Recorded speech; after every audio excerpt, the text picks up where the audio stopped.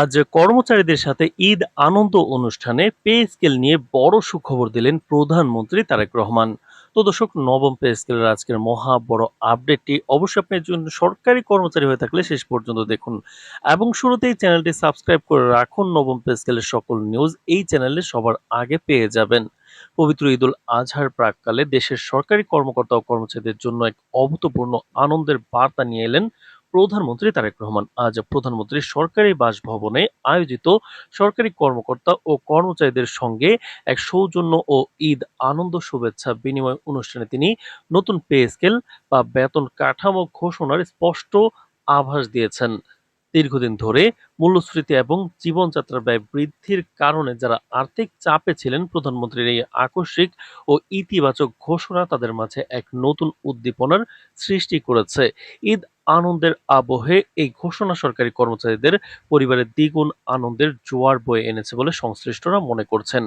অনুষ্ঠানের শুরুতেই প্রধানমন্ত্রী উপস্থিত বিভিন্ন স্তরের কর্মকর্তা ও কর্মচারীদের সঙ্গে ঈদের শুভেচ্ছা বিনিময় করেন এবং তাদের খোঁজ খবর নেন। এরপর সংক্ষিপ্ত কিন্তু অত্যন্ত তাৎপর্যপূর্ণ এক বক্তব্যে তিনি দেশের উন্নয়ন ও গতিশীলতা বজায় রাখার পেছনে প্রজাতন্ত্রের কর্মচারীদের ভূমিকার ভূয়সী প্রশংসা করেন। তিনি বলেন, একটি দক্ষ এবং সৎ এবং জনবান্ধব প্রশাসন গড়ে তুলতে হলে কর্মচারীদের জীবনযাত্রার মান উন্নয়ন ও তাদের আর্থিক নিরাপত্তার বিষয়টি সবার আগে নিশ্চিত করা প্রয়োজন। বিশ্ববাজারের অস্থিরতা এবং অভ্যন্তরীণ বাজারের দ্রব্যমূল্যের ঊর্ধ্বগতির বিষয়টি সরকার অত্যন্ত গুরুত্বের সঙ্গে বিবেচনা করছে এবং এই সাধারণ কর্মচারীদের পিঠ দেয়ালে ঠেকে গেছে তা সরকার অনুধাবন করতে পারছে। বক্তব্যের মূল আকর্ষণে প্রধানমন্ত্রী সরাসরি পে স্কেল সংক্রান্ত সুখবরটি দিয়ে এক ঐতিহাসিক সিদ্ধান্তের কথা জানান।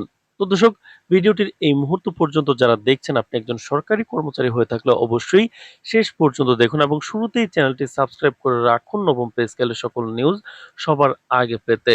তো তারেক রহমান তিনি স্পষ্টভাবে ঘোষণা করেন, সরকার এবার ধাপে ধাপে পে স্কেল বাস্তবায়নের আগের সিদ্ধান্ত থেকে সম্পূর্ণ সরে এসেছে এবং নতুন পে স্কেল এক ধাপেই সম্পূর্ণ বাস্তবায়ন করা হবে।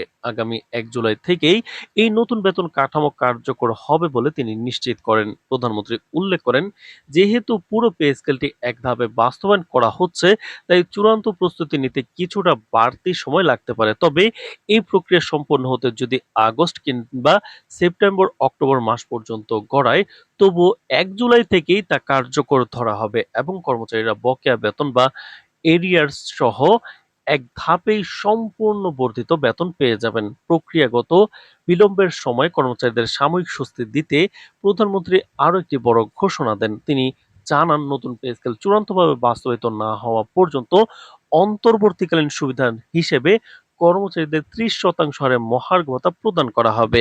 এই নবম পে স্কেলের আইনি প্রক্রিয়া ও রূপরেখা দ্রুত এগিয়ে চলছে এবং চলতি জুন মাসের মাঝামাঝি সময় এর মূল গ্যাজেট এবং জুন মাসের শেষের দিকে আনুষ্ঠানিক প্রজ্ঞাপন জারি করা হবে। আসন্ন কিন্তু পবিত্র ঈদুল আজহার কিন্তু ছুটি শেষ হওয়ার পরপরই প্রথম কর্মদিবসে সচিবালয়ে, অর্থাৎ পবিত্র ঈদুল আজহার ছুটি শেষ হলে কিন্তু উচ্চ পর্যায়ের একটি মিটিং অনুষ্ঠিত হবে। এরপর ঈদের আমেজ কাটিয়েই সরকারের সংশ্লিষ্ট দপ্তরগুলো পুরোদমে এই পে স্কেলের প্রয়োজনীয় বরাদ্দ জাতীয় বাজেটে যুক্ত করার কাজ শুরু করবে। প্রাথমিকভাবে এই নতুন বেতন কাঠামো বাস্তবায়নের জন্য বাজেটে ১,৫৭,০০০ কোটি টাকা বরাদ্দ রাখার লক্ষ্যমাত্রা নির্ধারণ করেছে সরকার।